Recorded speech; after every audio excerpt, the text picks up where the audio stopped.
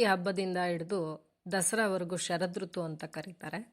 ಈ ಶರದೃತುವಿನಲ್ಲಿ ಕಹಿ ಇರುವಂತಹ ತರಕಾರಿಗಳ ಸೇವನೆ ಮಾಡಬೇಕು ಅಂತ ಆಯುರ್ವೇದ ಹೇಳುತ್ತೆ. ಈ ರೀತಿಯಾಗಿ ಕಹಿ ಇರೋ ತರಕಾರಿ ಸೇವನೆ ಮಾಡಿದಾಗ ಅನಾವಶ್ಯಕವಾಗಿ ಕೆದರುವಂತಹ ಪಿತ್ತದೋಷ ಶಮನ ಆಗತ್ತೆ. ಹಾಗಾಗಿ ಈ ಒಂದು ಶರದೃತುವಿನಲ್ಲಿ ನಿಮಗೆಲ್ಲ ಹಾಗಲಕಾಯಿ ಪಲ್ಯವನ್ನು ಮಾಡೋದನ್ನು ತೋರಿಸ್ಕೊಡ್ತೀನಿ.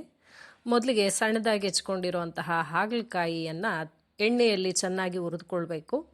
ನಂತರ ಎಲ್ಲ ತರಕಾರಿಗಳಿಗೆ ಪಲ್ಯ ಮಾಡೋ ರೀತಿಯಲ್ಲಿ ಒಗ್ಗರಣೆ ಹಾಕ್ಕೋಬೇಕು.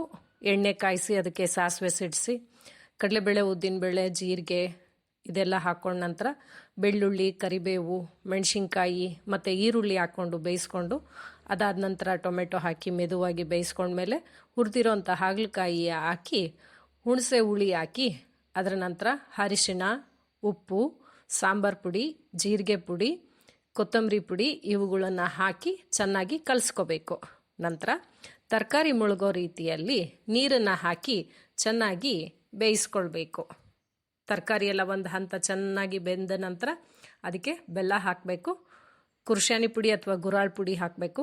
ಶೇಂಗಾ ಪುಡಿ ಅಥವಾ ಹುರ್ಕಡ್ಲೆ ಪುಡಿ ಈ ಥರ ಇದನ್ನೆಲ್ಲ ಹಾಕಿ ಅದನ್ನು ಮೆದುವಾಗಿ ಬೆಂದಮೇಲೆ ಚೆನ್ನಾಗಿ ಕಲಿಸ್ಕೊಂಡ್ರೆ ದಪ್ಪ ರಸ ಇರುವಂತಹ ಹಾಗಲಕಾಯಿ ಪಲ್ಯ ಸವಿಯೋದಕ್ಕೆ ತಯಾರಾಗಿರುತ್ತೆ.